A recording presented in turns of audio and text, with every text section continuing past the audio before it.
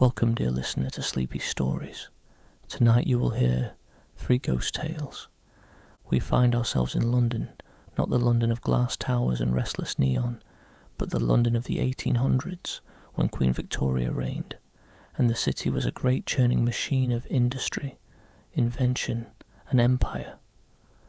The streets were crowded and unwashed, filled with the clatter of hooves on cobblestones, the hiss of steam from riverboats and locomotives, the cries of vendors hawking pies, roasted chestnuts, or cheap newspapers. Before we begin tonight's long wandering, let me gently remind you, if you enjoy these journeys into forgotten corners and echoing places, you might consider subscribing to this channel. A soft bell of a subscription will ensure you never miss another ghostly companion. Now let us begin.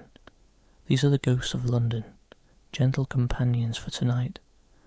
The first is of a theatre ghost, a leading lady who burned brightly upon the stage, adored tragic heroines, and whose final bow ended in accident and eternity. Her laughter and her song linger still among velvet seats and flickering lamps. The second is of a figure whispered about by staff on the underground, a man forever gripping his briefcase, stepping endlessly from carriage to carriage, between stations that echo with steam and shadow. They call him the Briefcase Man. Was he a spy, or a traitor, or something in between? His journey has no destination, only a circuit that never ends. And the third is of a soldier, one of the Queen's guards, struck down in his duty, yet still pacing with boots that click in spectral rhythm outside the gates of Buckingham Palace. Loyal even beyond death, he watches over the palace as fog curls down the mall. So find yourself comfortable. Perhaps you are in your bed, the sheets cool and familiar against your skin, or perhaps on a sofa where the last glow of the evening still lingers. Wherever you are safe, you are still, and you are ready to wander with me. Our first step will take us into the theatre, a world of velvet candle smoke, powdered faces, and the faint smell of damp coats, left to dry in the cloakroom. The leading lady is waiting for us, her red hair a torch in the gaslight, her voice soaring even as the world beneath her feet gives way. Let us draw back the curtain. You find yourself standing before a theatre in Victorian London, its facade a patchwork of pride and grime. The posters outside are damp from the fog, their corners curling, yet the faces upon them, powdered, smiling, and impossibly glamorous, stare out with a promise of enchantment. A queue gathers at the doors, ladies in silks that have brushed against puddles, gentlemen in the top hats made shiny with too much handling. The air is alive with chatter, with the stamping of boots, and with the faint whiff of roasted chestnuts being sold by a hopeful vendor nearby. Step inside with me. The first impression is of warmth and of light. Velvet seats glow a deep crimson in the gaslight, their nap worn smooth where countless hands and bodies have pressed against them. The lamps flicker, for the gas runs unevenly at times, and the shadows they cast are soft and uncertain, as though they too were audience members, leaning forward, eager not to miss a line. Above, the chandeliers drip with crystals that tremble in the draught, catching and multiplying the light until the air itself seems to shimmer. But do not think it all splendour. Beneath the perfumes, lavender water, attar of roses, the sweeter trace of orange blossom, there lies another register of scent. Damp wool, unwashed bodies, the faint tang of stale beer that has been carried in on coats and breath. Few bathe more than once a week in this city, and even the fashionable covered their lapses with scented handkerchiefs. A gentle cough from the next row, a sneeze from the gallery above, and the whole performance becomes layered with the symphony of humanity itself. Listen. The murmur of the crowd is constant, broken only by the thud of feet on wooden staircases, or the scraping of shoes as someone shuffles past knees already drawn in tight. Programmes rustle, A gentleman whispers the plot to his companion, though he himself scarcely remembers it correctly. Somewhere a child asks in too loud a voice when the music will begin, and is hushed by a flustered nursemaid. Behind the heavy curtains the stage waits. The boards are scuffed and marked from years of hurried steps. Painted backdrops curl at their edges. Ropes creak in the rafters where they are tied and retied, with care but never quite with perfection. There is a faint dampness back here, for the Thames is not far, and theatres, for all their glamour, are buildings like any other, prone to draughts, prone to leaks. The paint on the scenery smells sharp and fresh, for it is reapplied constantly, layers upon layers of colour, hiding cracks beneath illusion. And then there is the hush. The audience settles. The lamps are dimmed a fraction, the conductor lifts his baton, and all at once the world narrows to the stage. The hush has its own presence, a weight almost pressing upon every chest, every breath suspended. Even those who cough must hold it for a moment longer. It is as if the theatre itself, the bricks and mortar, the plaster and velvet, were holding its breath too. This is the world Our Lady knew. This was her kingdom. To her the audience was both mirror and monarch. She served them, and she drew power from them. Her red hair, so often remarked upon in the press, glowed like a living flame in this light, and her voice rose above the creaks and coughs, carrying with it the ache of tragic heroines and the soaring triumphs of comic song. She was beloved and envied, and sometimes pitied too, for even in this world of glamour there was drudgery and exhaustion, rehearsals that went on until midnight, meals snatched from a paper parcel in the wings, and the endless pressure to outshine the next young hopeful. Imagine, if you will, sitting in the audience on such a night. Your seat is narrow. The gentleman beside you is taking up more room than he should, and his sleeve brushes yours with every shift of his arm. The woman on your other side has dabbed too much perfume, and though you appreciate the attempt, you cannot quite escape its insistence. Yet none of that matters, for the lights fall again and the music begins, and she, the leading lady, steps forward into the glow. Her gown is of satin, though you suspect it looks finer beneath the lamps than it does in daylight. Pearls glimmer. At her throat, perhaps real, perhaps no more than the clever paste, but her presence makes them seem real enough, for when she lifts her chin and her eyes catch the light, she is transformed. She is no longer simply a woman upon a stage. She is the embodiment of whatever story she tells, a Juliet, desperate and defiant, a Lady Macbeth fierce and unyielding, a Viola, charming and quick with wit. This is the stage upon which our story begins, the air thick with perfume and coal smoke, the audience leaning forward, hearts already surrendered to the promise of being transported elsewhere. Somewhere among them sits a critic, sharpening his quill in his mind. Somewhere else a young woman dreams of following in these same footsteps, and somewhere, unseen by all, a trapdoor waits, a piece of timber, a hidden hinge, a silent accomplice to fate. And it is here, in this theatre of splendour and sweat, that her spirit lingers still. She was known in the papers by her surname only, as if she were a duchess or a storm, and perhaps she was a little of both, sweeping through the season with a schedule that would have flattened a less determined soul, for there were matinees to charm and evenings to conquer, rehearsals threaded through the day like a second life, fittings, photographs, supper engagements that were not so much meals as negotiations conducted over oysters and jelly, and then the walk home beneath a sky the colour of extinguished coals, where the city smelled of wet rope and river mud and the faint medicinal reek of carbolic from a chemist's door left ajar.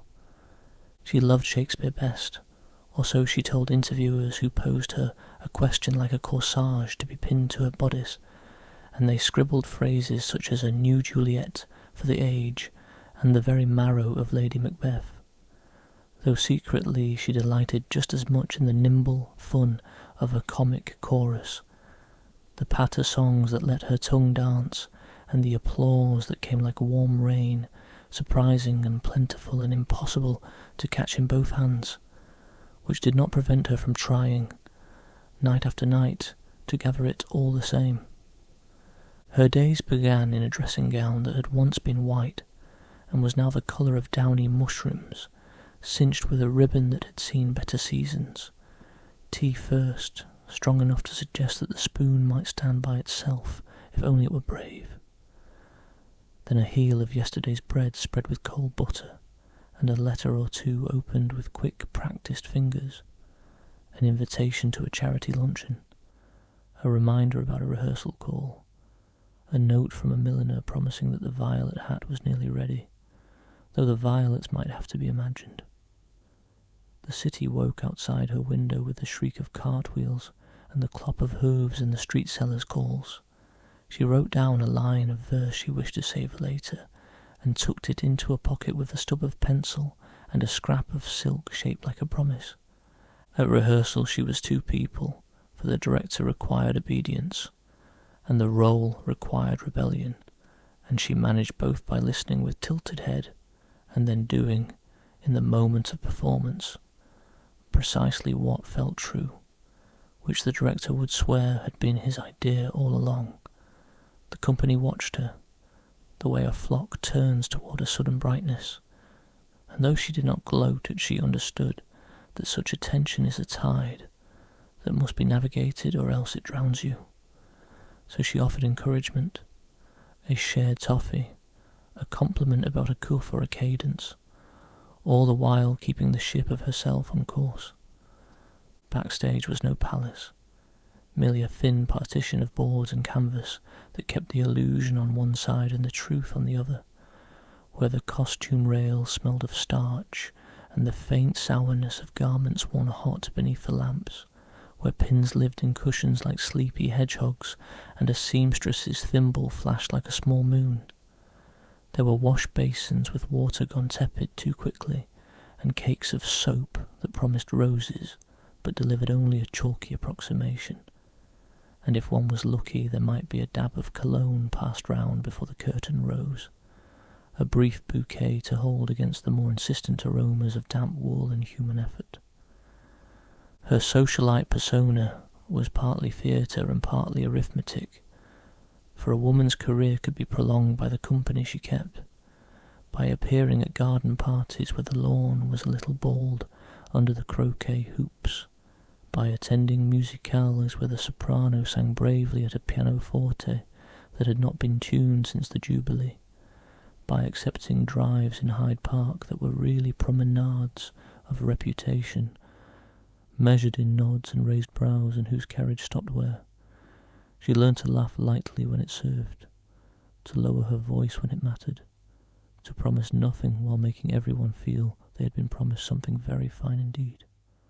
Money was the secret plot line beneath every scene, the manager's offer with its sly clause about matinee takings, the sensation of coins in a reticule, both comforting and insufficient, the little economies of theatre folk, darning stockings by lamplight, turning a gown's bodice to give it a second life, buying oranges that could be eaten and then saved as peels to perfume a drawer. Pay was sometimes late and never quite enough. Tipsy gentlemen sent flowers when a basket of coal would have been more useful, and though she smiled at bouquets, she loved best the small brown envelopes on Saturday that meant the rent would be met and the gas bill too. There were, of course, the small indignities one shares only with the mirror, the rouge that would not entirely surrender to soap, leaving a ghost of herself on the towel, the comb that tugged at hair still clouded with powder, the ache in the arches from shoes cut narrow to please a silhouette, the skin prickling from stays laced a notch tighter than kindness would permit, and the way London's air, laden with soot, settled upon the face like a veil no laundress could quite lift, so that by week's end everyone bore the city's fingerprints along the hairline and at the corners of the mouth. Yet none of this diminished her appetite for the stage, which was not merely a profession, but a way of arranging reality until it sang. She kept notebooks full of marginalia, ideas for a gesture at the 5th line, a pause between 2 words she thought might bloom if given air, a memory of a woman she had seen at Covent Garden buying pears, whose sadness might be borrowed for a scene and returned without harm. And these little hoards of observation made her performances seem effortless, though effort was their secret engine. She could be generous and she could be fierce. When a young chorus girl split a seam moments before an entrance, our leading lady stepped behind a screen with her, hands quick as a sparrow's, pinning, tying, soothing, then swept on stage without her hair out of place. When a certain actor, too fond of brandy, missed his cue and then tried to make a jest of it, she looked at him so steadily and held her silence so gracefully that the jest withered in the air and did not trouble them again. Supper was often no more than a plate of something pale in a lodging-house dining-room, fish with a sauce that remembered lemons faintly, or a chop with potatoes that had cooled while the maid carried them upstairs, eaten in the company of other residents who wished to be friendly but were not sure how, and afterwards she might accept a drive to a party where musicians played quadrilles and the hostess smelled of violet pastilles, or she might slip home with a book whose pages had been turned by so many hands that they felt thin as old linen. She would read a scene or 2 from the 12th Night, smiling at Viola's cleverness, and then stare into the dark and rehearse the morrow in her mind. There were admirers, certainly, and proposals that arrived like bouquets with the roots still on, awkward and sincere, and she answered them kindly because she did not wish to be unkind, but she did not accept, for she had already married the theatre, and though it could be selfish and noisy and occasionally cruel, it was hers and she was its, and that was that. If her fame made her radiant, it also made her fragile. There were weeks when a cough camped in her chest like a stubborn tenant, when the damp crept under her skirts and into her bones, when a dress smelled too much of last night's exertions even after it had been brushed and aired, and she would dab at her wrists with eau de cologne, arrange fresh violets at the mirror, and remind herself that splendour, like courage, is sometimes a decision rather than a condition. And so the days turned, stitched together by practice and performance, and the little rituals that anchor a life, the saucer set precisely on its matching plate, the ribbon unknotted and folded, the script smoothed with the palm as if to calm it, until at last we reach the night that will be remembered longer than any review, the night when the music swelled, the audience leaned forward as one creature with 1,000 hearts, and the stage itself, with its hidden hinge and its habit of pretending, prepared to reveal a truth no one had rehearsed.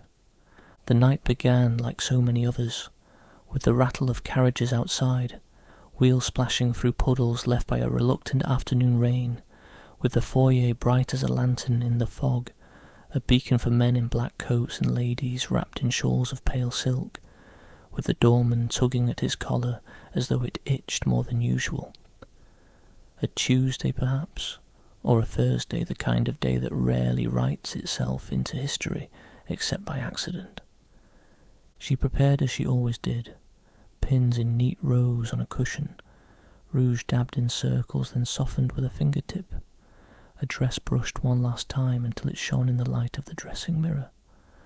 A small tin of lozenges rattled on the table, for she had felt a scratch in her throat all week, but no one had noticed, for her voice soared above such earthly inconveniences. She took one, sucked it slowly, then drew a deep breath, standing tall, as if her reflection might applaud. The theatre was full. The pit swarmed with apprentices and shop clerks, men who smelled of ink and coal dust, their coins pulled together to buy a single ticket. The gallery held maids and errand boys, whispering and pointing until a stern glance hushed them. The boxes gleamed with jewellery, fans fluttering like pale birds, the scent of violets and pomade thick in the air. Gaslight shimmered on satin gowns and on gentlemen's watch chains. From the orchestra pit came the faint squeak of chairs as musicians settled, the soft clearing of throats, the rustle of sheet music like a restless breeze.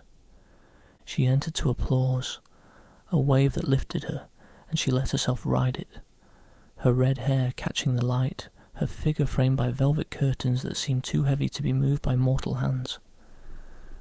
Her voice, when it came, was a tide, strong, swelling, carrying words that were centuries old and yet alive again in her mouth. She did not see the trapdoor, for why would she? It had been used earlier that evening for a minor piece of stage trickery, lowered and raised with the assurance of men who had done it 100 times.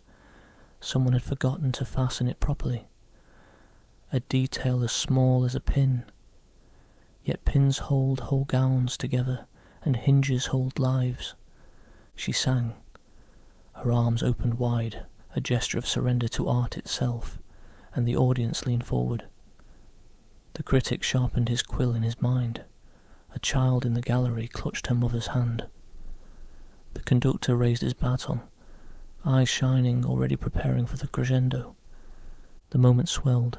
Her voice stretched, reaching for a note that seemed to hover above the lamps. A thread of silver spun into the air. The boards beneath her gave a sigh, a shift so subtle that only the ropes above seemed to notice, creaking faintly in sympathy. Then, in the instant between a heartbeat and applause, the trapdoor dropped. It was not a dramatic fall, not the thunder of a villain cast into hell by a stage machine, but a small, cruel slip, a sudden absence where a presence had been. One moment she was there, arms raised, eyes lifted to the heavens of her imagination. The next she was gone, a gasp from the pit rising louder than the music, a cry from the gallery, a shriek cut short. Backstage, chaos. Stagehands swore, ropes tangled, someone fainted, someone prayed. The conductor slammed his baton down, and the musicians froze, bows hovering, horns silent. For a heartbeat the entire theatre seemed suspended, not knowing whether to laugh, to cry, or to flee. And then the murmur began, spreading like a stain. She had fallen, she was hurt, she was not moving. The curtain fell too late, a heavy velvet sigh that concealed nothing, for the truth had already spread. Some swore they heard her singing still, the final note echoing in rafters long after her body had struck the boards below. Others remembered only the silence, a void so sudden it made the chandeliers tremble. Doctors were summoned, their bags rattling with bottles and brass instruments, but they arrived too slowly, hindered by traffic, by fog, by the ordinary hindrances of London nights. When at last they reached her, she lay pale, her red hair spilled like a banner, her gown torn at the hem. They whispered of internal injuries, of breath that would not return, of a pulse that hid like a frightened bird.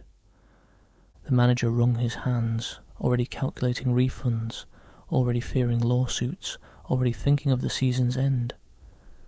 The actors stood silent, some weeping, some staring, their grease paint cracking as if it too had been betrayed. In the pit, the critic closed his notebook without writing a line, for what review could measure a tragedy not scripted? And yet, for those who swore they lingered in the theatre that night, there came a moment when the gaslight flared, brighter than it had before, and a figure stepped once more onto the stage. She bowed, red hair gleaming, gown restored, eyes alight with triumph. She raised her arms and the applause came, but only from those who could still hear her. To others the stage was bare, the curtain already half drawn, the dust settling in silence. Thus ended her life, in a moment of music and mischance. Yet her performance did not end. For even as the doors closed, and the audience shuffled home through streets reeking of damp horsehair and coal smoke, she remained waiting for her ovation. Some say the theatre itself grieved, timbers groaning in the night, chandeliers swaying when no draught was felt.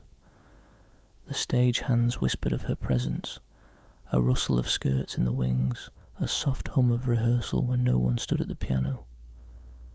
An actress swore she felt a hand adjust her collar before she stepped on stage, though she had been alone. And once, during a matinee, the audience gasped as a second figure appeared beside the heroine, singing in harmony, though only one name was on the bill. Death for her was only a trapdoor to another kind of stage. After that night, the theatre did what theatres always do. It carried on. Curtains rose, actors entered, the orchestra tuned, and new bills were pasted over the old ones outside. London is a city of endless appetite, and no accident, however tragic, was permitted to halt its hunger for amusement for long. But something lingered. Something that no fresh paint or new leading lady could quite erase. Stagehands were the first to speak of it. Men accustomed to the groans and sighs of timber, to the creak of ropes and the flutter of curtains, swore they heard more than machinery at work. A hum, low and continuous, as though someone warmed up her voice just beyond sight. A rustle of skirts retreating into the wings. A faint scent of roses, oddly misplaced among the starch and dust. At first they said nothing, for who wishes to be mocked? But gradually the stories gathered, shared in whispers over mugs of ale after the show. Actors noticed next. A young ingenue reported with wide eyes that in her first performance she had felt a hand upon her shoulder as she waited in the wings, steadying her, though no one stood nearby. A comic swore that during a pratfall he glimpsed in the corner of his eye a flash of red hair, laughing with him, not at him. An older tragedian, whose eyesight had begun to fade, once bowed so deeply at curtain call that the audience murmured, puzzled, for he was facing the wrong side of the stage, the side where she stood, radiant in his imagination, still drawing her ovation. Audiences, too, whispered. Not the great bulk of them, for most saw only what was before their eyes, but a few. A woman in the pit leaned to her husband and asked why they had hired 2 sopranos for the evening, when only one had been advertised. A boy in the gallery pointed and asked why the lady in the shining gown was not allowed to finish her song. A gentleman in the box seats frowned, convinced he heard a harmony woven through the music, a voice just above the orchestra soaring where no human throat could sustain such a note. The theatre grew proud of it, in a way. What better sign of quality than a ghost who refused to leave? Some managers even encouraged the legend, hinting in advertisements that the spirit of the great red-haired tragedian might bless the boards again. They stopped short of printing her name, for propriety's sake, but the implication was enough. And so her ghost became a kind of mascot, a shadow patroness of the stage, unseen yet always present. Her appearances were not constant, nor were they predictable. Weeks might pass with no more than the ordinary noises of a draughty building, and then suddenly, there she was. Once, during a matinee of Othello, the actress playing Desdemona fainted before her cue. The curtain wavered, panic spread backstage, when from the stage itself came a voice, soft yet strong, singing the Willow song carrying across the theatre. No one was seen, no one stepped forward, yet the audience hushed, utterly still, until the final note faded and the curtain fell in confusion. And always, always she craved the applause. Those who swore they saw her said she lingered at curtain call, curtsying to an audience that may or may not have known she was there. Some clapped, uncertain but willing. Others sat bewildered. Yet she bowed again and again, as though the sound of hands striking together were the only currency she recognized, the only food she needed to continue. There were less glamorous moments too.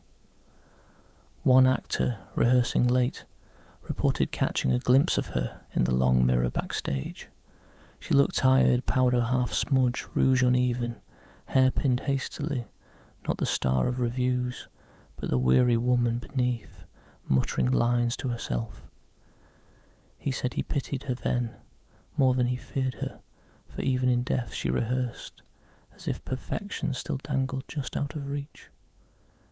Victorian hygiene, even in the afterlife, played its part. Theatres were crowded, hot, and seldom aired properly. Patrons dabbed at their faces with perfumed handkerchiefs to disguise the sweat, and so too did her ghost seem cloaked in scent.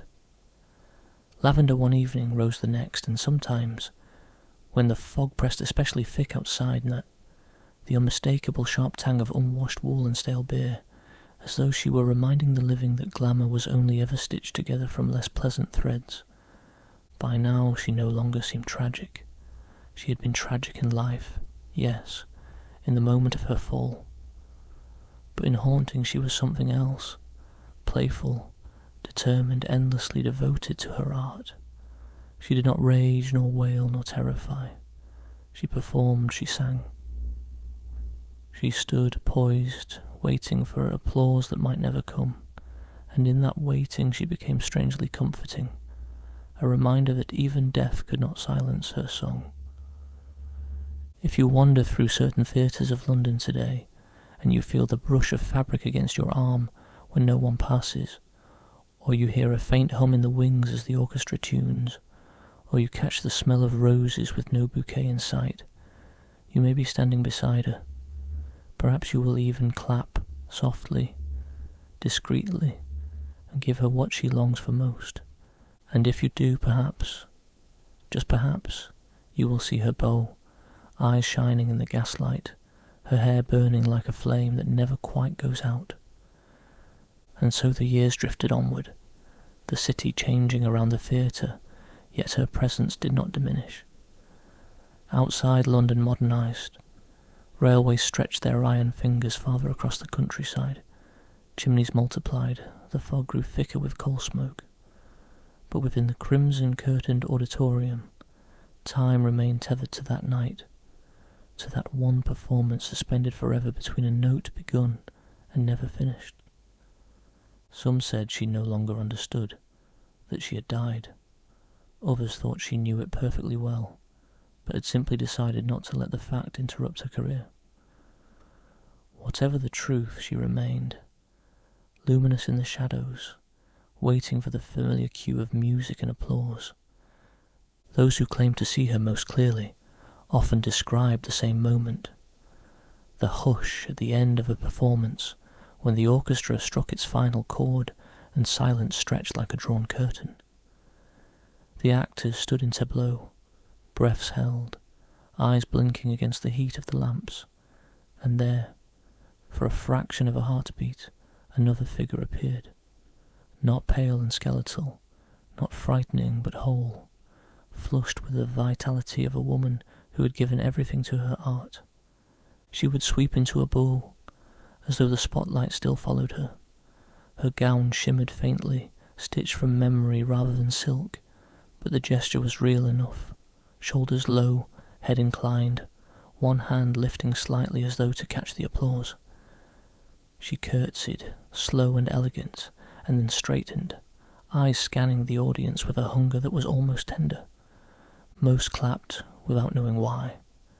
A ripple of applause would sometimes pass through the house, sparked by nothing visible, as though habit itself compelled hands together. Children were said to clap first, their eyes bright with recognition, and their parents, uneasy, joined in. On other nights silence reigned, and still she bowed, again and again, smiling faintly, graceful in her refusal to vanish. What moved people most was not fear, but sympathy. To see her bow to emptiness, to hear the faint rustle of skirts in an otherwise deserted stage, was to feel that ache of incompleteness that all performers know, the desire for response, for acknowledgement, for proof that their offering had been received. Even the most jaded critic, even the most restless apprentice in the pit, would admit later that something in the theatre that night made them wish they had clapped louder, sooner, with more sincerity. And so she became not a horror, but a kind of guardian of the theatre, a reminder to actors that they perform not merely for wages or acclaim, but for something more enduring, a communion between stage and audience that not even death could silence. Her bow was both a request and a gift, inviting the living to join her in that endless exchange. Imagine it now.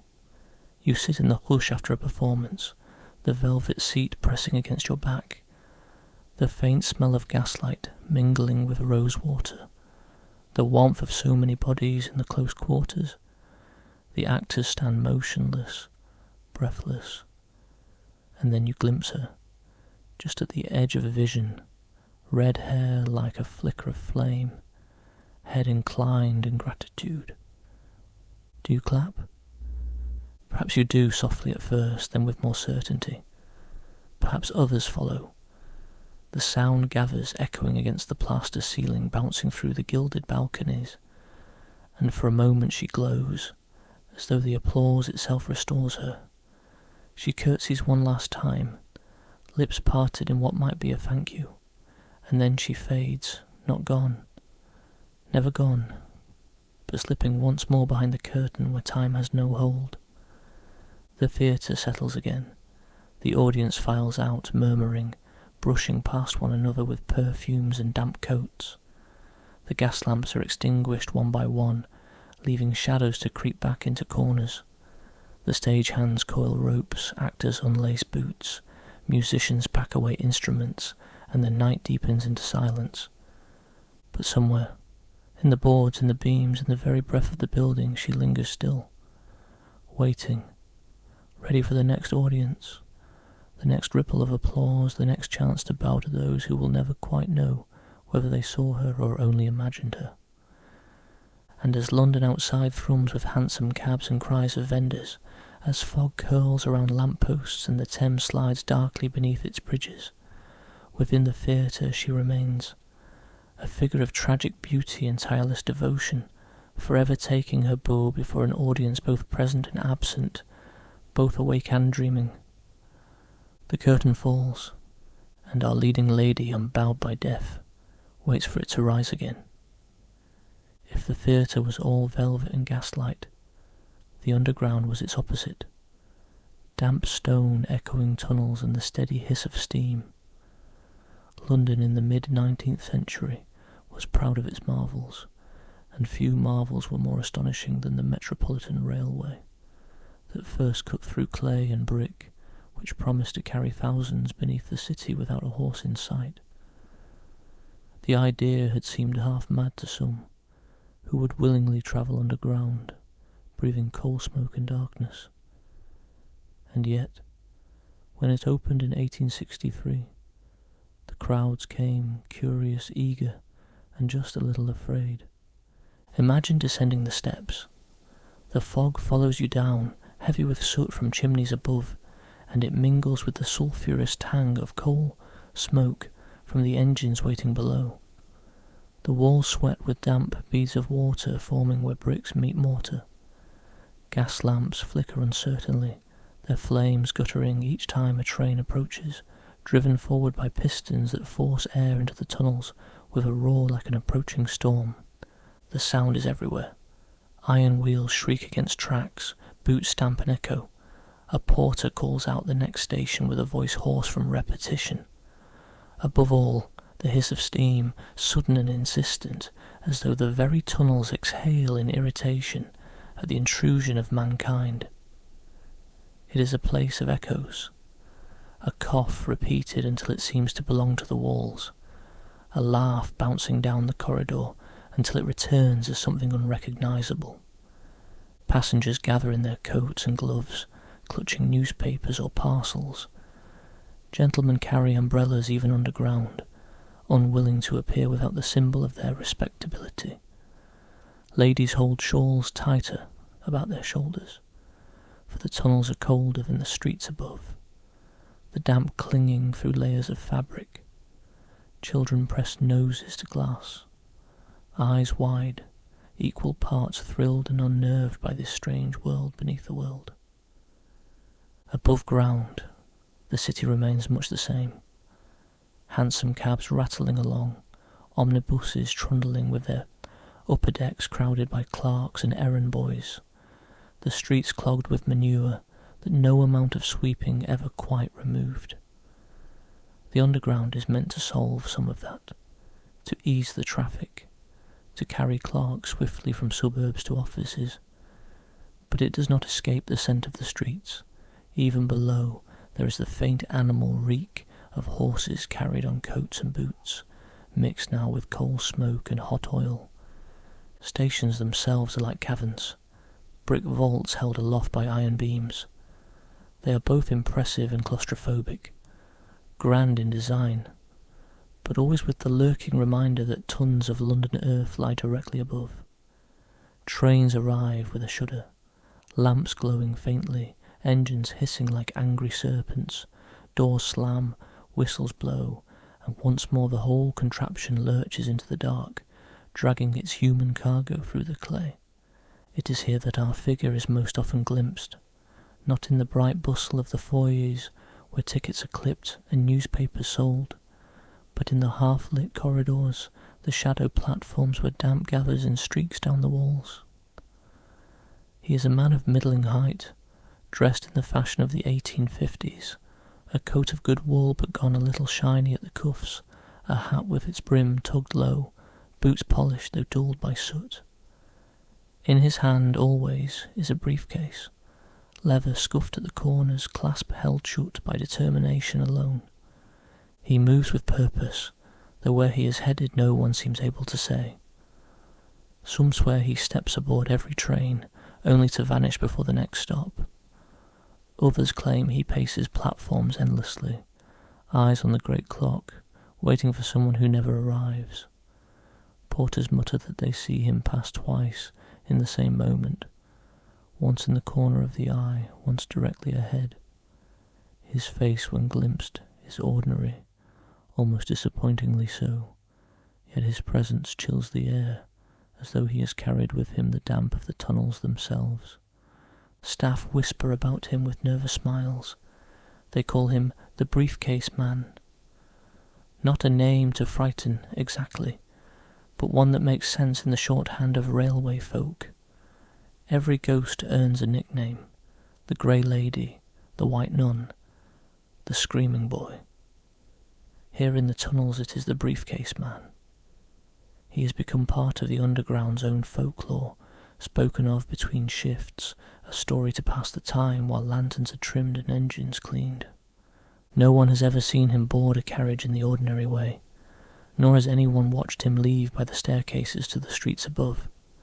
He simply appears, as though conjured by the hiss of steam, walking swiftly, clutching that case as though it contained something of desperate importance.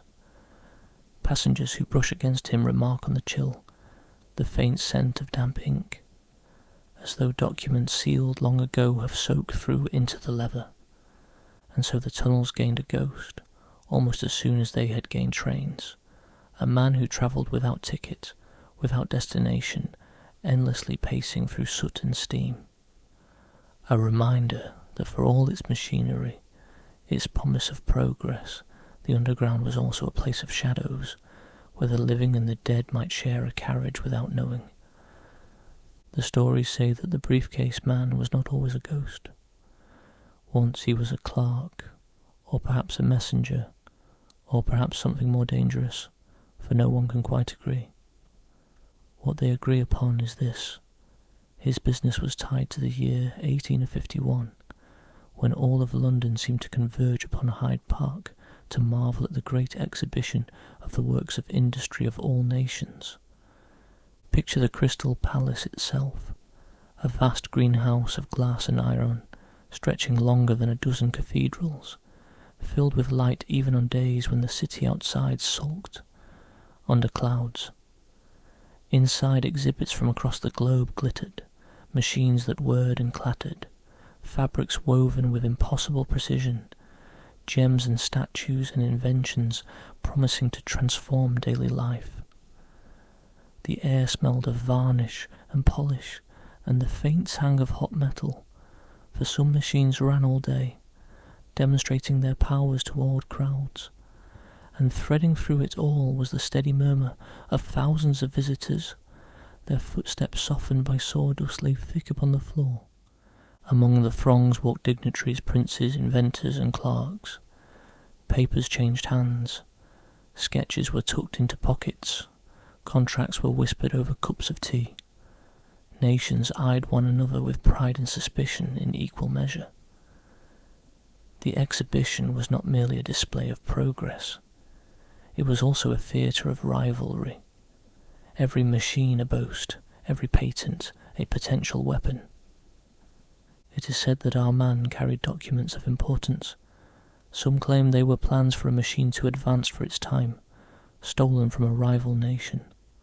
Others whisper they were codes, messages written in invisible ink, meant for eyes at the Foreign Office or perhaps for enemies abroad. Still others suggest something more domestic, evidence of corruption in the railway companies themselves, proof that fortunes were being made by cutting corners that endangered lives. Whatever he carried it in his briefcase, the same one he clutches still. Witnesses described him hurrying through the crowd at the Crystal Palace, hat low, coat buttoned, the briefcase gripped so tightly the knuckles whitened. A few swore he looked over his shoulder constantly, as though pursued. One woman remembered him asking for directions to Baker Street Station, his voice polite but urgent, his eyes darting even as she answered. From the palace he descended into the underground, intending, so the story goes, to deliver his case before the day was out. And then he never arrived. Did he lose his way in the tunnels, confused by their newness, the constant hiss and roar that disoriented so many? Was he intercepted by men who wanted what he carried? Did he collapse of exhaustion, lungs overcome by the coal smoke that left even the healthiest passengers pale and coughing? No one knows. What is certain is that the briefcase was never found, and so the rumours multiplied. Perhaps he was loyal, carrying secrets to safeguard the nation, struck down before he could complete his mission. Or perhaps he was a traitor, selling knowledge to the highest bidder, punished by fate for his treachery. The underground, indifferent to politics, swallowed him whole and returned only the echo of his footsteps. The staff of those early years told each other stories as they trimmed lamps and polished brass. One swore he saw the man pacing at Paddington, his lips moving as though repeating a message to himself, though no sound reached the ear.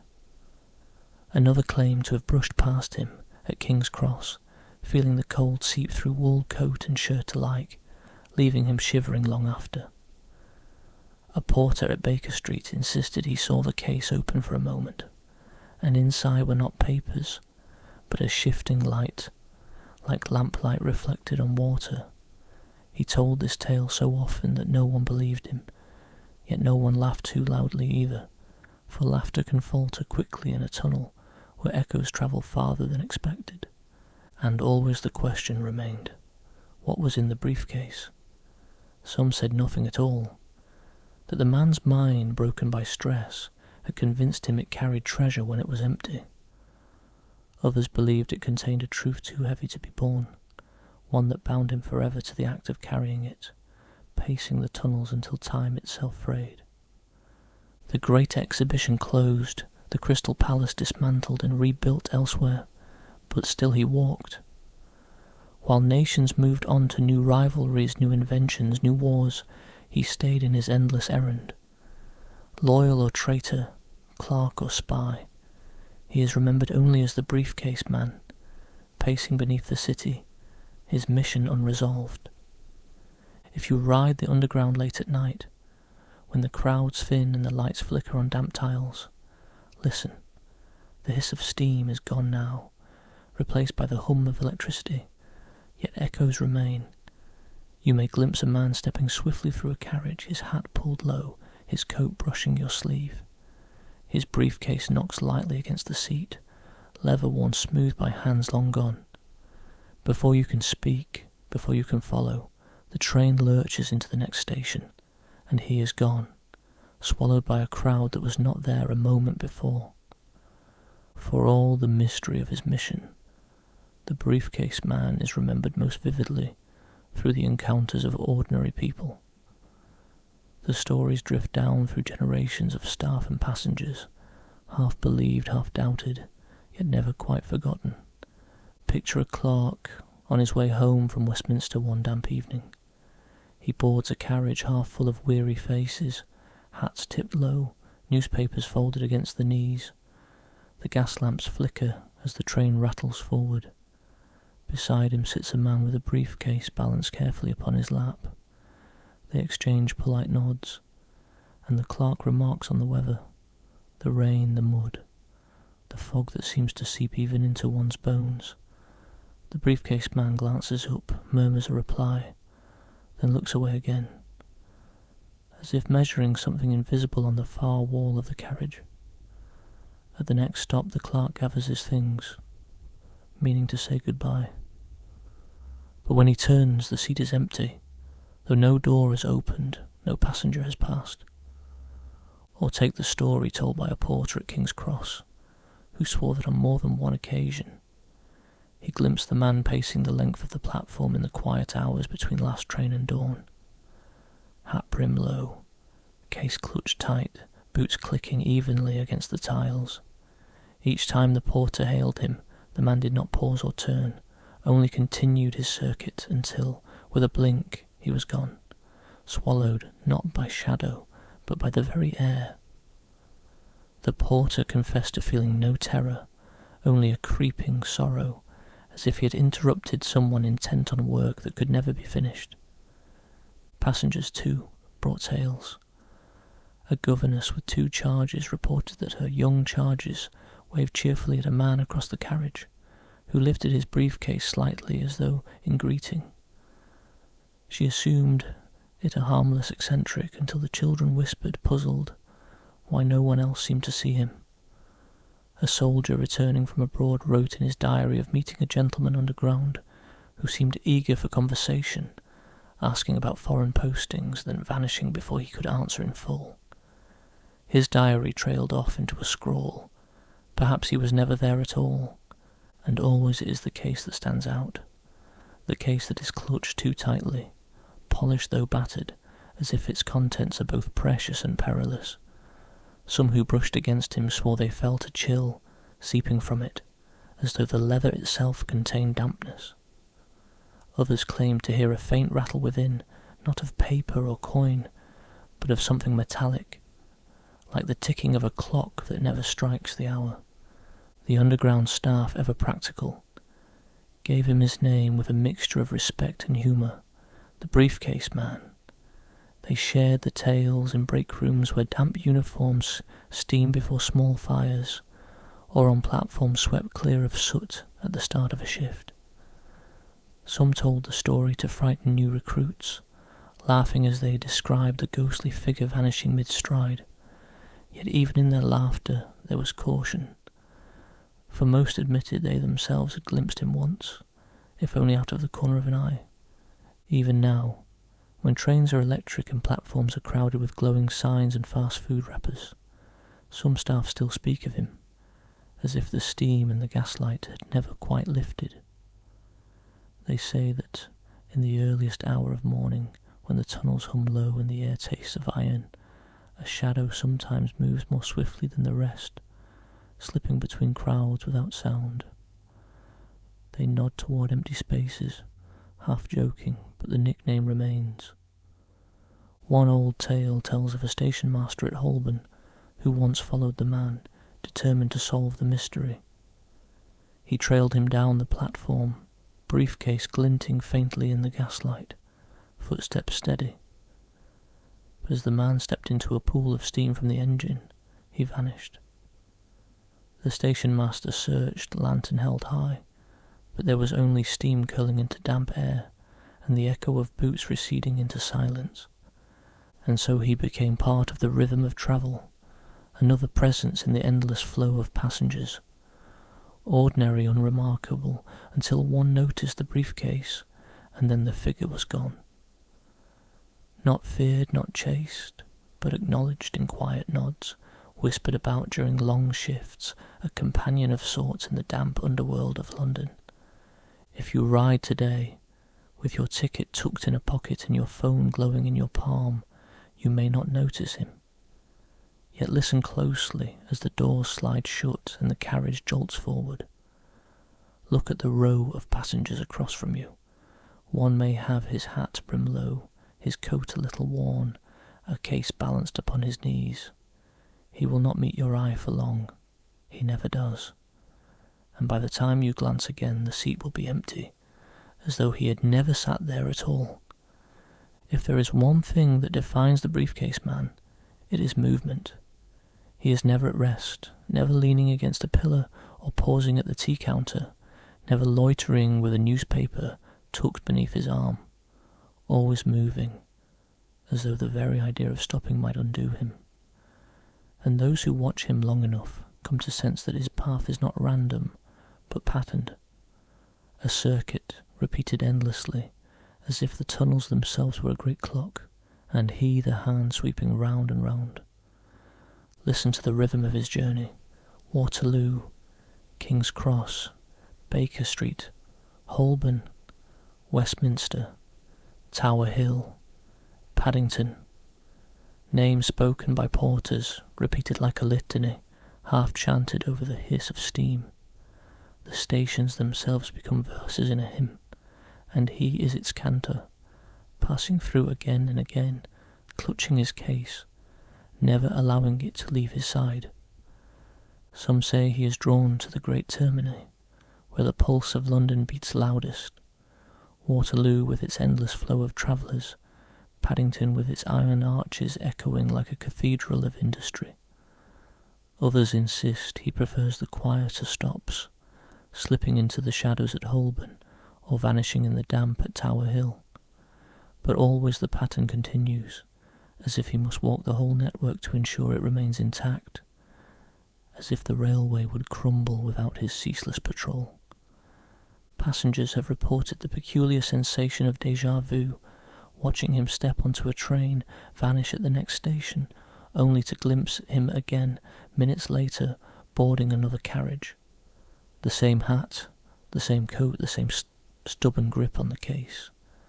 Once a gentleman swore he saw the man twice in the same instant, once boarding at Baker Street, once alighting at Westminster, though the trains had not crossed paths. He left the station shaken, unable to explain how a single figure could walk two journeys at once. The staff, practical in their way, wove the sightings into routine. "Seen the Briefcase Man today?"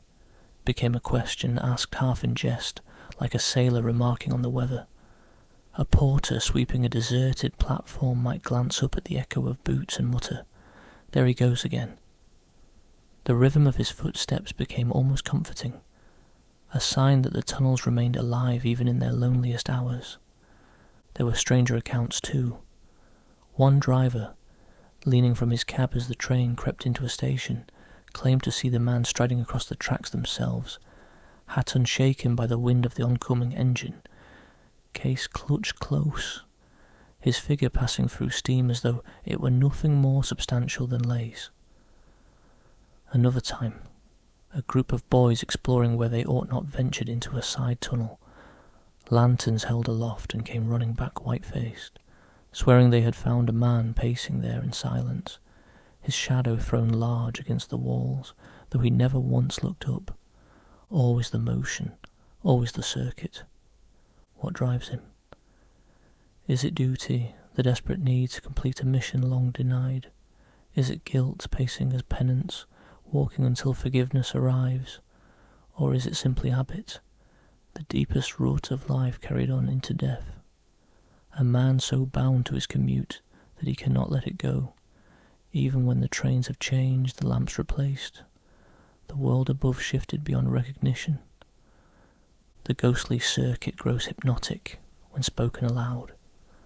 Waterloo, King's Cross, Baker Street, Holborn, Westminster, Tower Hill, Paddington, again and again, the rhythm steady as the beat of a drum. Some listeners say that if you close your eyes, the names themselves become footsteps, the rise and fall of boots against damp stone, the tap of a case against a knee. You can almost hear him coming, the sound approaching, fading, returning, and yet for all this repetition, he never seems weary. Witnesses do not describe sagging shoulders or stumbling feet. Instead, he is brisk, purposeful, eyes down, case secure, as though he is always on the verge of arriving, always moments away from delivering his burden, but never quite. There is perhaps something consoling in his endless journey. London is a city that changes relentlessly. Streets widen, buildings torn down, stations modernised, steam replaced by electricity, carriages replaced by steel and glass. Yet amid all this flux, the Briefcase Man remains. His route is older than memory, older now than steam, older even than the gas lamps that once burned weakly against the fog. He continues, untroubled by progress, immune to the ticking of clocks above ground. So if one evening you find yourself alone on a platform, the last train gone, the tile shining with condensation, and you hear the steady echo of footsteps, not hurried, not dragging, but measured, businesslike, do not be alarmed. It is only the Briefcase Man, keeping to his circuit, passing once more through the stations of his endless litany. Waterloo, King's Cross, Baker Street, Holborn, Westminster, Tower Hill, Paddington, and then again and again and again, and so he travels still, the Underground's most discreet passenger, the man with the case that never opens and the journey that never ends. He has become less a figure of fear than of curiosity, a companion whispered about by staff who sweep the platforms and by travellers who stay too late in the tunnels. Some dismiss him as fancy, a trick of steam or reflection, but those who have felt the brush of his coat, those who have seen the gleam of the brass clasp in the corner of their eye, seldom laugh when telling the tale. His mission, if mission it was, remains unknown. Was he carrying documents of invention, secrets of empire, evidence of treachery, or was he merely a tired clerk, so bound to duty that death itself could not relieve him of his errand? The briefcase has never revealed its contents. To some this is the heart of the story, a case that holds the weight of an entire life, yet never opens, never surrenders its secret. There are those who insist they have heard it rattle, not the loose clatter of pens or coins, but something heavier, more insistent, like the tick of a clock or the roll of iron. One porter once claimed, in a whisper not meant to be overheard, that he saw light seeping through the seams, pale and blue, like a lantern burning under water. He never told the tale twice, and when asked again only shook his head and said it was foolishness. Yet his eyes betrayed the memory of something that had unsettled him. Perhaps it's the case itself that binds him. A man can grow so attached to duty that he becomes indistinguishable from it, his very soul stitched to the weight he carries. If so, then he is both prisoner and guardian, locked forever in his commute, retracing the path between stations in search of a handover that will never come. And yet, for all the sorrow in his story, there is something strangely soothing in the thought of him. Imagine, if you will, standing on a platform as the train departs, the rails humming with retreating energy, the air still thick with the tang of iron and damp. For a moment the station is empty, then footsteps sound steady and calm, and there he is, passing briskly by. He does not threaten, he does not pause. He simply walks, coat brushing the tiles, briefcase at his side, intent on a task known only to him. There is a comfort in his constancy.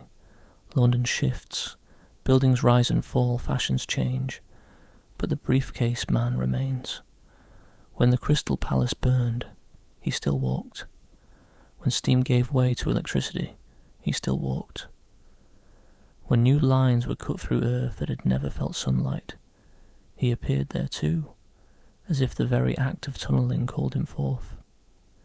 He is part of the city's pulse now, as inevitable as fog along the Thames or the rattle of wheels on cobblestone.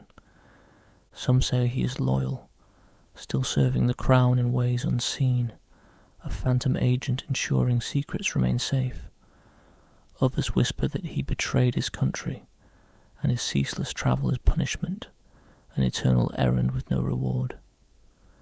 The truth no longer matters. What endures is the image. A man alone in the tunnels, briefcase clutched close, forever between departure and arrival. And so if you ride late and find yourself drowsing as the train rocks gently through the dark, perhaps you will dream of him. A companion unseen, pacing just beyond the lamplight, always one carriage away, always stepping forward even as you drift back into sleep. You need not fear him. He has no quarrel with you. He asks nothing save perhaps the smallest recognition, a nod, an acknowledgement that you, too, see him. When the train halts and the doors open, he may slip past you, brisk, polite, eyes lowered. Or you may glance across the carriage to find his seat empty, though you could swear he was there only moments ago. Either way, his circuit continues, unwinding and rewinding through the endless arteries of London's underworld. The hiss of steam is long gone, yet in your imagination you can still hear it, the breath of the tunnels, the heartbeat of the city underground. And within that hiss, if you listen closely, perhaps you will catch the faint rhythm of footsteps, measured, determined, receding into shadow.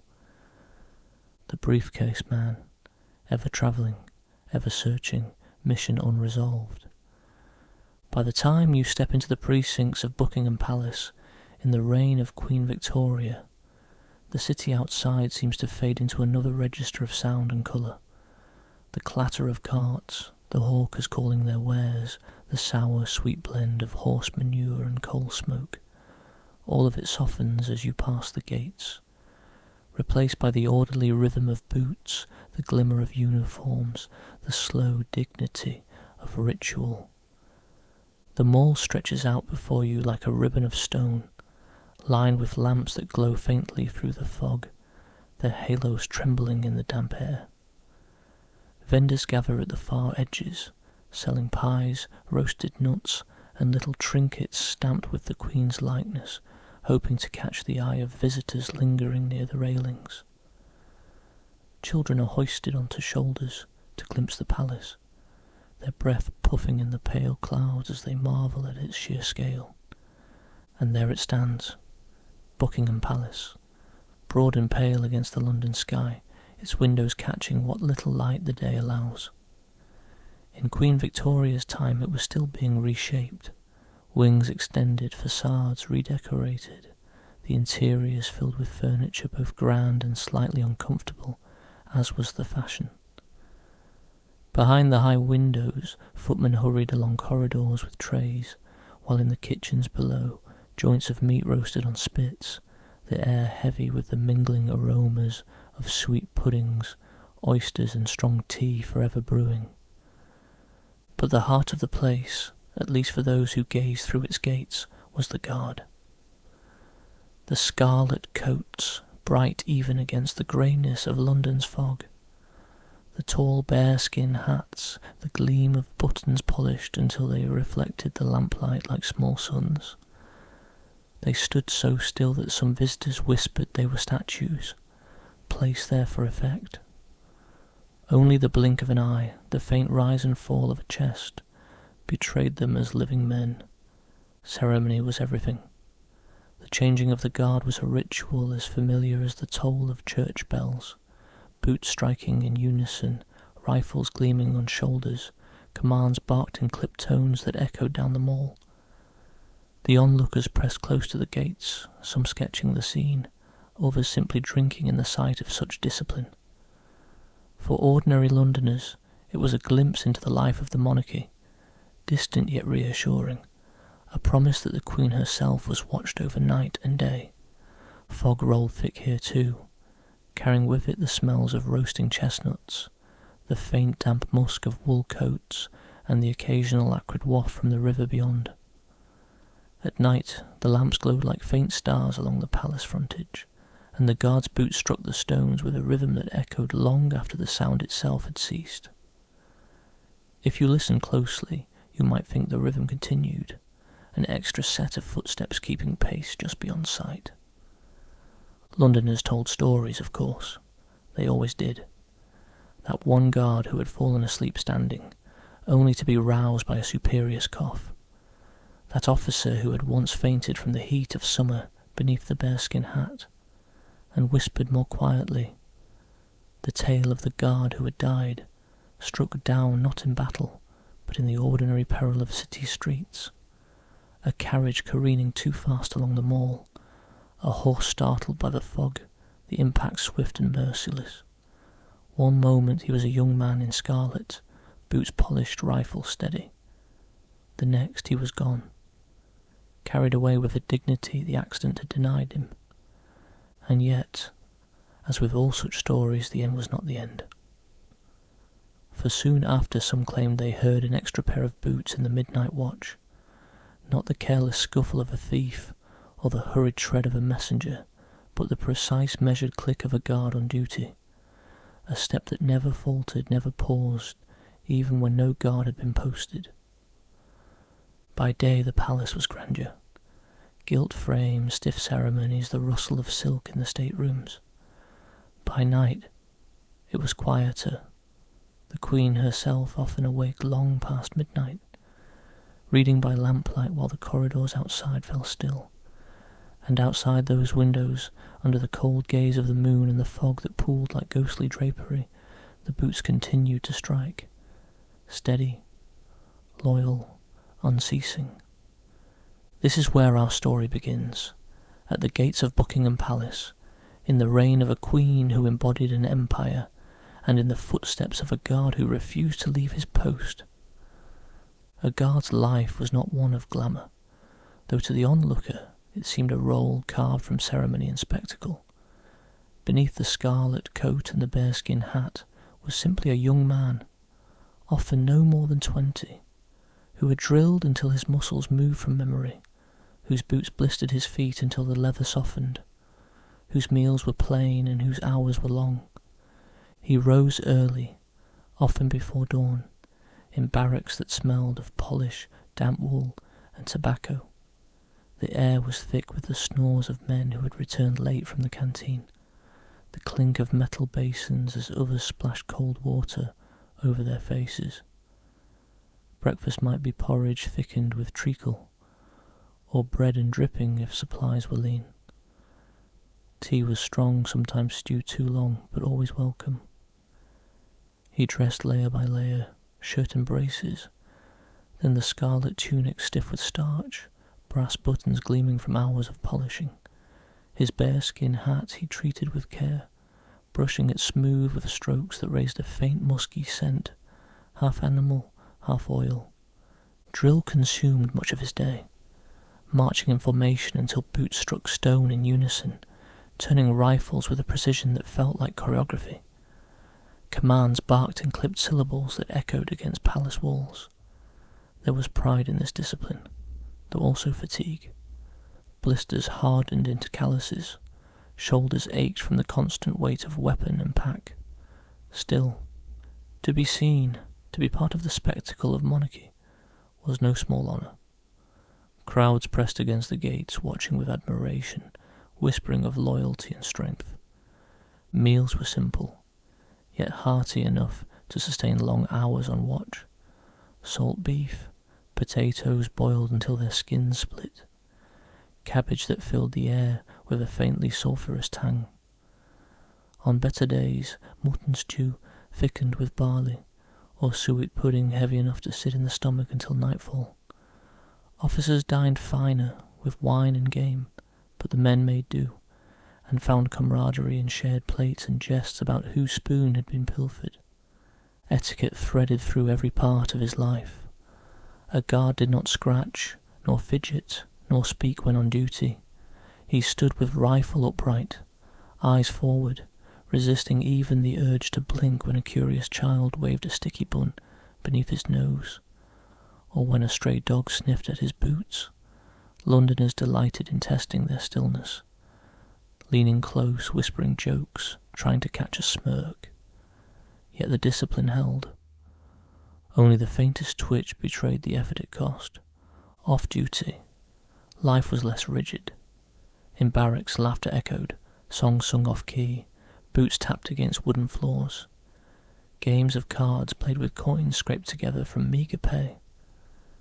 Letters from home were read and reread, folded carefully, sometimes tucked into the lining of a tunic as a kind of hidden armour. London was outside the gates, teeming and tempting, music halls glowing with gaslight, taverns smelling of ale and fried fish, alleyways alive with gossip and danger alike. Some ventured out, returning with flushed cheeks and lighter purses. Others stayed within, wary of trouble. Yet always there was duty.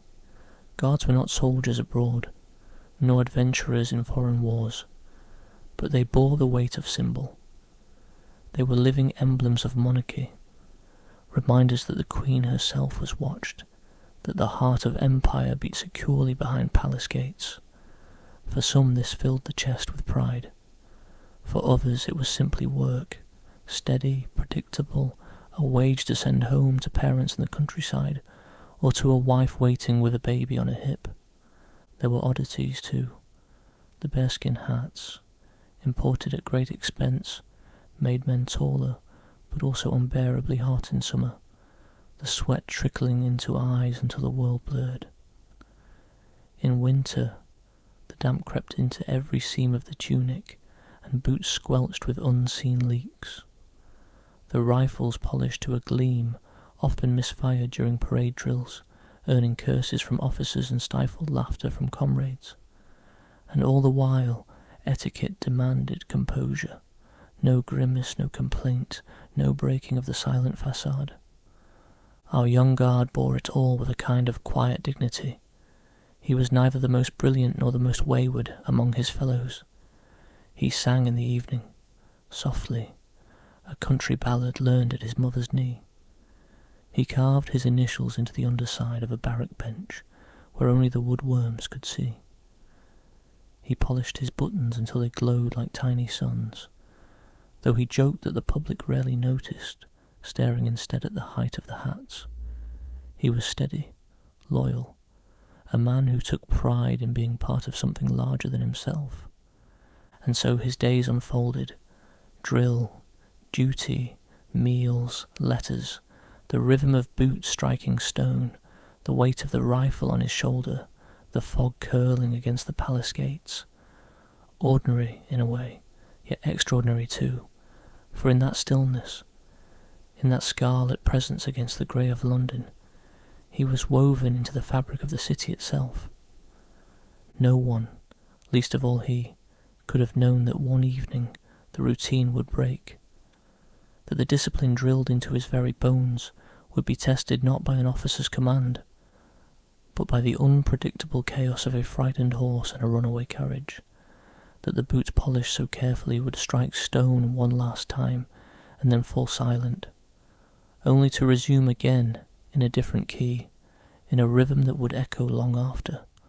The guard's life, like the rhythm of his boots, seemed steady, unbroken, destined to continue day after day without surprise. And perhaps it would have, had the city not been London, where fog and chance often rearrange the ordinary into something unexpected. On an evening much like any other, he stood at his post, scarlet tunic gleaming softly in the lamplight, bearskin hat adding height and dignity to his youthful frame. The air was cool, scented faintly with roasting chestnuts from a vendor near the gates, and with the dampness of the fog curling across the mall. Behind him, the palace windows shone with light. Before him, the gates were lined with onlookers, murmuring with admiration at the stillness of the guards. He stood motionless, eyes forward, shoulders square, boots planted firmly on the stones. Hours passed as they always did. The steady watch, the measured silence, the distant sounds of London carrying faintly through the mist. And then, as softly as a page turned in a book, Everything shifted. No drama, no clamour. Simply a moment of change. One breath he was there, part of the living routine of palace life, and in the next he was something else entirely. Still present, still upright, still pacing in duty, but no longer bound by flesh and bone. The city had claimed him, as it sometimes does, and offered him back as a memory that would never fade. The official report spoke only of an unfortunate occurrence on the Mall, a line printed discreetly in the newspapers, respectful and subdued. The details mattered little, for what remained was not the ending, but the continuation. He had not departed, not entirely. Almost at once, those who kept watch at night began to notice. A guard swore he heard footsteps alongside his own, boots clicking in perfect unison, though no one marched beside him. Another, glancing down the courtyard, thought he saw a scarlet figure pacing steadily at the far end, head lifted, rifle gleaming. When he looked again, the mist had thickened, and the figure was gone. Servants within the palace whispered of sounds at odd hours, the faint ring of a rifle butt against stone, the echo of boots crossing the courtyard long after the men had retired to barracks. Visitors reported a presence, not frightening but solemn and steady, as if the very air carried an extra heartbeat, the rhythm of a soldier who had chosen to remain. And so the story grew, not of tragedy, but of loyalty. The guard who had kept his post so faithfully in life simply continued it in another form. No longer limited by the length of a shift, no longer bound to barrack bells or officers' calls, he patrolled at his own pace, appearing where he was needed, pacing when the fog was thickest, clicking his boots loudest at midnight when the palace seemed most vulnerable. For the men who served after him, his presence was almost reassuring. A guard might stand long hours in the cold, fighting the ache in his shoulders, the stiffness in his knees, and then hear, faintly, another set of steps falling into rhythm with his own. He would straighten, heart eased, as if reminded that he was not alone. Sometimes the figure was glimpsed by passers-by, ordinary Londoners peering through the railings. A woman waiting with her children thought she saw an extra guard pacing the line, though she counted twice and the numbers did not add up. A gentleman on his way home from a late supper glanced into the courtyard and swore he saw a scarlet figure salute him, solemn and dignified, before fading into the fog. In these moments the guard became not a ghost of sorrow, but a presence of constancy. His life had been ordinary, his passing unremarkable in the record books, yet in death he gained something more enduring, the role of eternal watchman. He kept his post not for queen and country alone, but for the palace itself, for the quiet reassurance of those who lived and worked within its walls, and for those who paused outside the gates and looked in with awe. And so his story is told not with pity, but with respect. One moment a soldier, the next a spirit, yet always the same steady figure in scarlet, boots clicking evenly against the stones, head lifted, rifle gleaming faintly in the lamplight, a phantom guard still on duty, still loyal, still ensuring that the heart of London rests under watchful eyes. From that quiet passing onward, the palace seemed to gain an extra rhythm, one that belonged not to the ticking of clocks or the bustling of servants, but to footsteps, steady, measured and always perfectly in time. At midnight, when the fog rolled thickest along the Mall and the city outside dozed in uneasy silence, those footsteps grew loudest. Guards standing their long, lonely watch swore they could hear him pacing just beyond sight, boots clicking neatly against the flagstones. Some even claimed the sound carried through their bodies, as though the rhythm were struck directly upon their bones. It was not frightening, but reassuring, like the tap of a companion marching alongside. The phantom guard revealed himself rarely, and when he did, it was with a dignity that mirrored the life he had led. Visitors gazing through the gates at dusk sometimes glimpsed an extra figure in scarlet, pacing the courtyard with the same solemn precision as the living. They rubbed their eyes, counted them in again, but the number never matched. By the time they looked a third time, the mist had closed in, and the phantom had slipped quietly away. Inside the palace, servants reported gentle signs of his presence. The faint clink of a rifle against stone in the early hours, the cool brush of air passing down a corridor where no window stood open. Once, a housemaid claimed she heard boots crossing the great hall when all others were abed, steady and sure, as if the palace itself required guarding in its slumber. She did not fear it. Instead, she said, she curtsied to the unseen steps and went on with her work, comforted by the sense of company. The palace guards themselves, men hardened by discipline, found in him a kind of comrade. Standing in the biting cold of a winter night, shoulders aching beneath the bearskin, they would hear the steady echo of footsteps not their own, falling into perfect time. It eased the solitude, reminding them that watch was shared, that loyalty was not confined to the living. Some said they even marched straighter, proud to feel judged by unseen eyes that expected nothing less than excellence. And then there were the quieter encounters, the ones whispered over mugs of tea in the barracks. A guard swore he felt a hand brush his sleeve when his concentration faltered, steadying him. Another told of a moment when his knees trembled from exhaustion, and a voice, faint, no more than a breath, whispered, "Stand firm." He did, and the trembling ceased. Whether imagination or not, the story strengthened them, binding the company with the knowledge that one of their own had never truly left. Londoners, too, wove the phantom into their tales of the city. Street vendors selling pies along the mall told customers to listen after midnight, when the boots would strike louder than the clock at St. James's. Children pressed their ears to the gates, hoping to hear the phantom march. Poets scribbled verses about loyalty so strong it conquered death.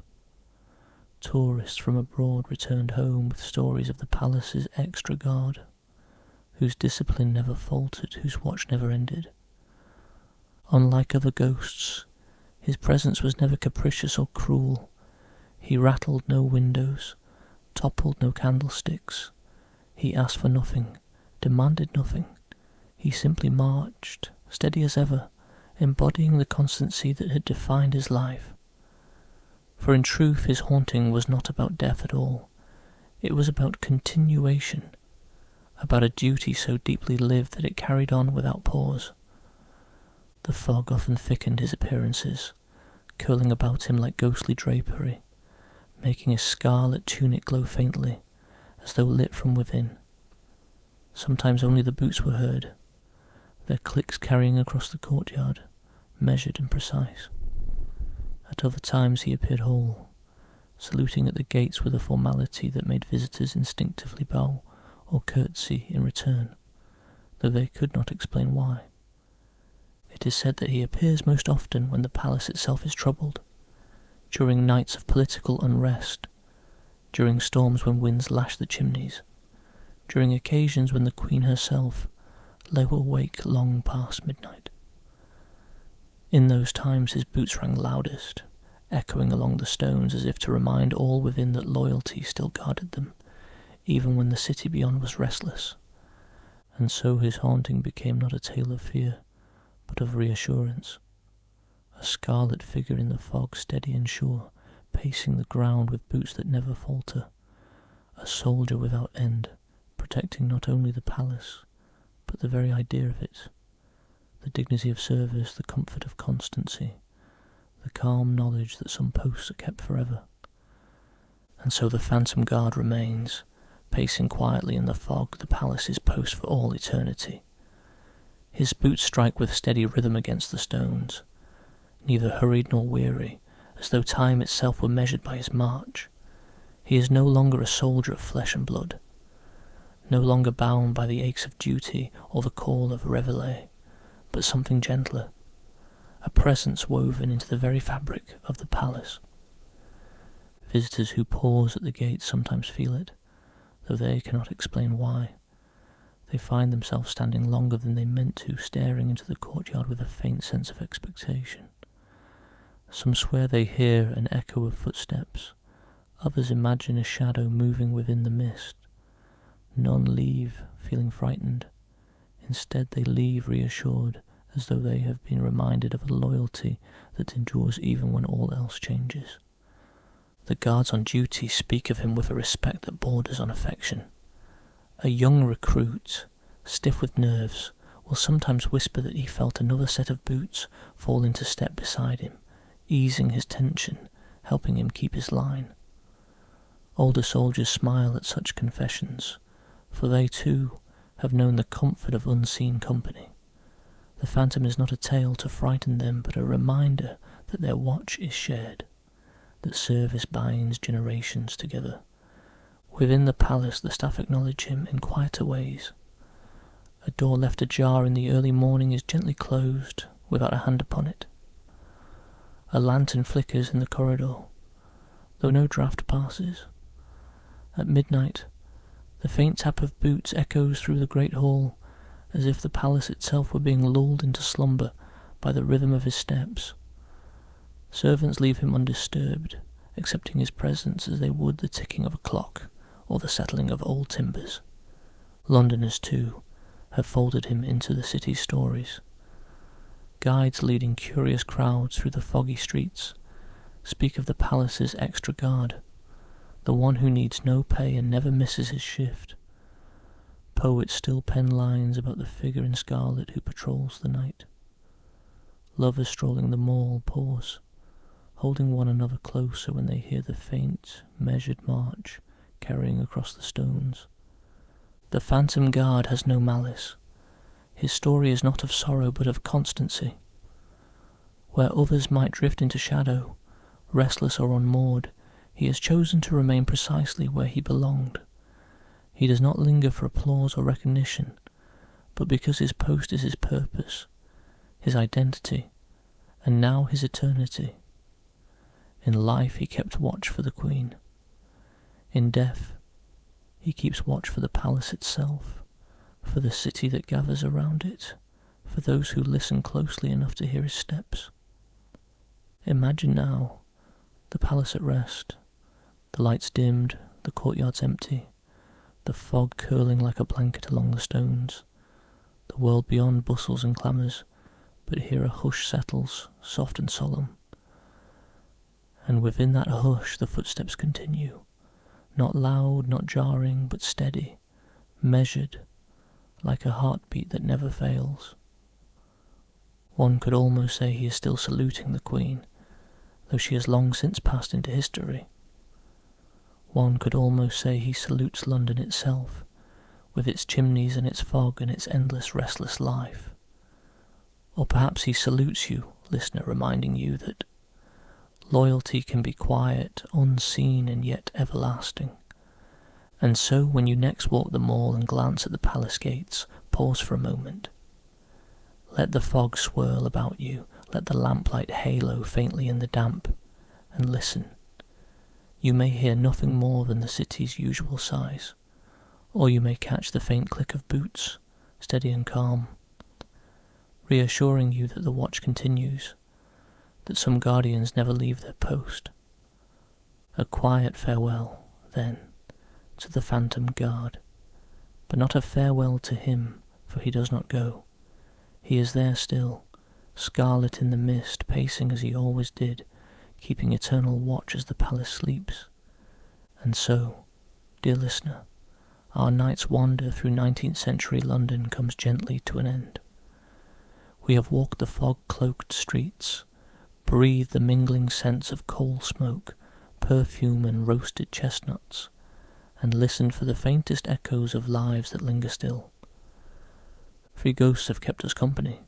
First, the leading lady of the theatre, her red hair gleaming like a flame in the gaslight, her song forever suspended above the boards. She does not rage against her fate. She simply performs, bowing again and again to applause that may or may not come, reminding us of the beauty of devotion and the persistence of art. Next, the Briefcase Man, endlessly pacing the tunnels of the underground, a clerk or a spy, or perhaps something else entirely. He moves between stations with a rhythm as steady as the wheels themselves, his case clutched close, his mission unresolved. Not fearful, not threatening, but constant, like the pulse of the city below ground. And finally, the phantom guard, scarlet and steady, boots clicking in eternal watch outside Buckingham Palace.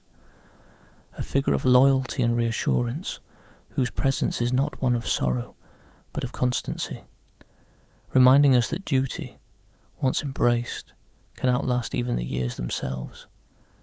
Three spirits, different in nature yet bound together by the same city, the same century, the same air heavy with fog and coal, one tied to performance, one to secrecy, one to duty, yet all, in their way, still walking among us gently, softly, without harm. London has always been a city of ghosts, not the terrifying kind that tear through the night, but the quieter ones, the memories and echoes, the traces of lives too deeply etched to vanish entirely. In the lamplight on damp cobblestones, in the rustle of velvet in an empty theatre, in the hollow echo of a railway tunnel, and in the steady march of boots along the Mall, they remain. As you rest now, you may let these images drift through your mind like fog curling down the Thames. Imagine the hush of an audience, the bow of a leading lady radiant in gaslight. Imagine the measured pace of a man with his case, disappearing into steam. Imagine the scarlet figure pacing a courtyard, boots striking stone with a rhythm that comforts rather than startles. Let them fade in and out, like scenes glimpsed through mist. They ask nothing of you but to listen for a while, to share their company, and then to sleep. And sleep you may, safely and quietly, knowing that London's ghosts are not here to trouble you, but to remind you that stories, like footsteps, can continue long after the world has moved on. They are companions for the night, soft guardians of memory, gentle presences that accompany you only as far as you wish to go.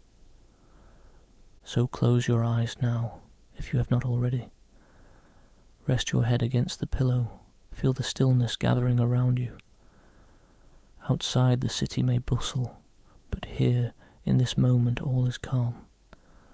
The theatre is hushed, the trains have stilled, the palace rests. Only the ghosts remain, keeping watch. Rest now, as London's ghosts keep their quiet vigil. And before you drift fully into sleep, may I offer a soft reminder. If you found comfort in this story, if these gentle wanderings eased you toward rest, you may wish to subscribe to Sleepy Stories. Each week another tale will wait for you, never in haste, never in fear, always ready to keep you company in the long quiet hours. Until then, good night.